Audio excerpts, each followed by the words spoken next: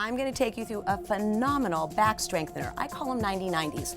I'm going to use a little Pilates ball. You can use whatever you want or nothing at all. It works any way you want. So place the Pilates ball between your knees. I'm going to come all the way down. Here's the key, 90 degrees. Bring your legs up and over. Compress the top leg down. That's going to give you the back mobility and spinal rotation I'm looking for. Shoulder blades are on the ground. Now my head's up so I can watch you, but I want you to focus on that upper thigh. You can engage those abs when they come up and over. Push down on the top. Engage those abs when they come up and over and push down. Now, if you can't go all the way, then don't. I'm gonna make these a lot harder. 90-90s, press with the top leg, shoulders are on the floor. Engage those abs, bring them up and over in the top. Keep that angle on the hip. You've got to contract the first couple of seconds on the lift or you're going to take it in the back. So I want no back stress here. Contract those abdominals as you come up.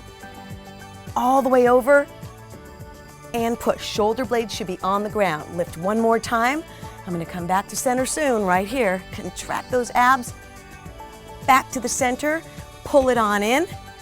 I hope you liked that back strengthening exercise. Until next time.